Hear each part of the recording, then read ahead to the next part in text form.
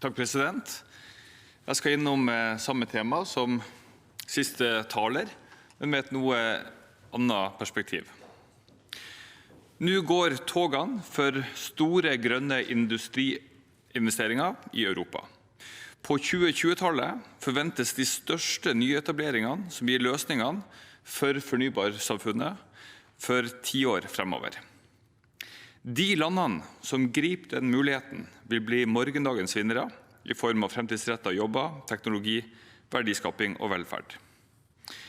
I Norge er vi best stilt blant sammenlignbare land for å utnytte de store nye mulighetene med en 100% fornybar kraftsektor og store uutnyttede ressurser som vi kan ta i bruk hvis vi utviser politisk vilje til det. Vi har en regjering som knapt ser ut til å rekke noen av de togene som går nå. Det skyldes ikke næringslivet, som har vilje, kunnskap, folk og kapital. Det skyldes at økt kraftkonsum ikke følges opp med ny kraftproduksjon. Flere av morgendagens store industrimuligheter går dessverre på spor som leder til konkurrerende land, hvor de finner større kraftoverskudd. Nylige rapporter fra PwC og DNV understreker alvoret med et forventet kraftunderskudd siste del av 2020-tallet. Vi måtte økt vår kraftproduksjon med 50% frem til 2030 for å gripe industrimulighetene og samtidig oppfylle våre klimaforpliktelser.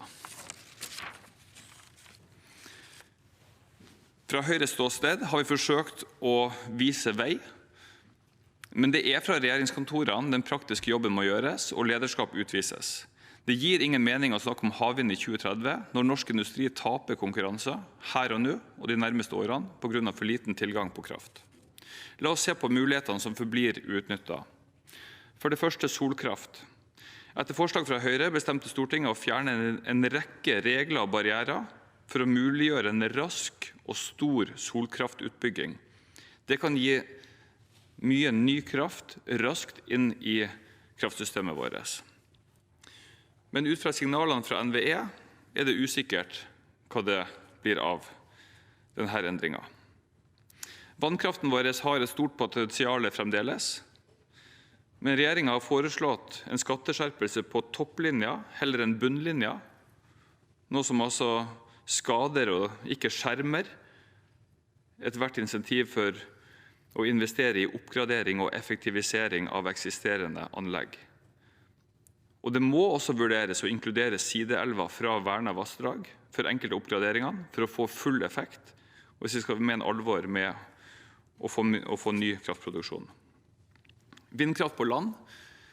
Der ser vi at skatteskjerpelsene vil føre til at en del vindkraftselskaper vil gå konkurs, kanskje måtte legge ned. Vi mister kraft, og det gir stor usikkerhet for investeringer også i havvind i Norge. På småkraften har også Høyre foreslått å forenkle og liberalisere for å få enda mer kraft ut av småkraften, noe som har blitt nedstemt. Vi har også foreslått hurtigspor for nettutbygging, som også olje- og energiministeren sa er en av løsningene på strømpriskrisen. Og vi har foreslått å få tilslutning til et tilleggsmandat for Enova, for energieffektivisering, som også er en del av løsningen. Det er mulig å iverksette langt mer fornybar kraftproduksjon også før 2030. Løsningene ligger i kompromisser som regjeringen kan gjøre ved å lene seg til høyresiden på Stortinget.